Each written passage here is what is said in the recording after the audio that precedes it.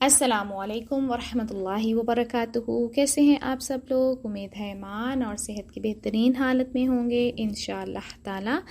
आज का हमारा टॉपिक है मखारिज के अहम मकामात। अब उलमा कराम ने हमें 4 अहम मकामात बताए हैं, जिनमें से फिर 17 ज़ैली मखारिज हैं, यानी जो भी हमारे हरूफ तहज्जी हैं वो फिर इन 17 मखारिज से निकलते हैं।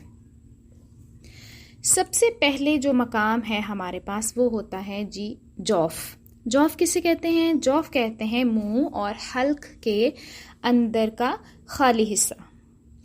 अब इसका एक ही मखरज है और इसमें से हमारे 3 हरूफ मद्दा निकलते हैं। मुझे पूरी उम्मीद है कि आप सबको हरूफ मद्दा याद होंगे। हम ऑलरेडी इनको बहुत डिटेल में पढ़ चुके हैं। अलिफ मद्दा, याए मद्दा, वाओ मद्दा, ये सब हरूफ मद्दा हैं और इनको हम कहाँ से निकालेंगे जी? इनको हम जौफ से अदा करेंगे। अच्छा जी, उसके बाद सेकंड जो हमारे पास मकाम आता है वो है हल्क यानी गला, और यहाँ से अब हमारे 6 हरूफ निकलेंगे और 3 मखारिज हैं। सबसे पहले इसका निचला हिस्सा आएगा, फिर दरमियानी हिस्सा आएगा, फिर इब्तदाई हिस्सा आएगा। इंशाअल्लाह ताला पूरी डिटेल के साथ हम आगे इस टॉपिक को कवर करेंगे।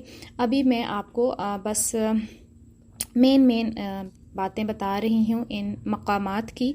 इंशाअल्लाह ताला हर लेटर को हम अलग अलग देखेंगे। उसके बाद जो तीसरा मकाम है हमारे पास वो होता है फम। इसे हम कहते हैं मुंह को, ठीक है। यानी और हमारे मुंह में क्या क्या आ जाता है? हमारे मुंह में आ जाते हैं हमारे होंठ, हमारे तालू, और जो ऊपर का तालू होता है, फिर आ जाती है ज़बान, और फिर आ जाते हैं हमारे दांत। तो ये सारी चीज़ें हमारे मुंह के अंदर शामिल हैं। इसलिए मुंह के इन मुख्तलिफ़ हिस्सों से 22 लेटर्स हमारे अदा होते हैं, ठीक है। सबसे जो लास्ट पार्ट है वो हमारा है जी खैशूम। अब खैशूम किसे कहते हैं? ये नाक के सुराख से लेकर मुंह के अंदर की तरफ का एक हिस्सा है और इसका एक ही मखरज है जहाँ से गुन्ना अदा होता है, ठीक है जी। अब गुन्ना क्या होता है इंशाल्लाह ताला आगे हम वो भी पढ़ेंगे जब मैं आपको ये मकाम डिटेल से करवाऊँगी। तो अभी बस ये कुछ मोटी मोटी सी अहम सी बातें हैं जो आप सबने याद रखनी हैं कि अहम मकामात कितने हैं जी? 4 हैं, जौफ, हल्क, फम और खैशूम। अच्छा, इसके बाद अगर आप पिक्चर को भी देखें ना तो पिक्चर से भी आपको बहुत क्लियर समझ आ जाएगा।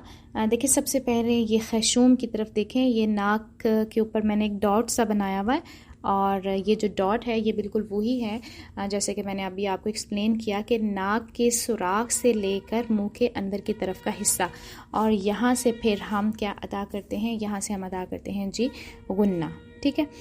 अच्छा, उसके बाद अगर आप इसके सेकंड पॉइंट को देखें तो यहाँ पर सेकंड पॉइंट पे हमें नज़र आ रहा है दोनों होंठ, ठीक है।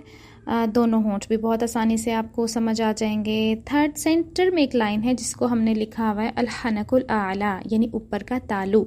और ये जो ऊपर का तालू, ये जो मार्क किया हुआ है ना, येलो पार्ट है, ये सख्त तालू है।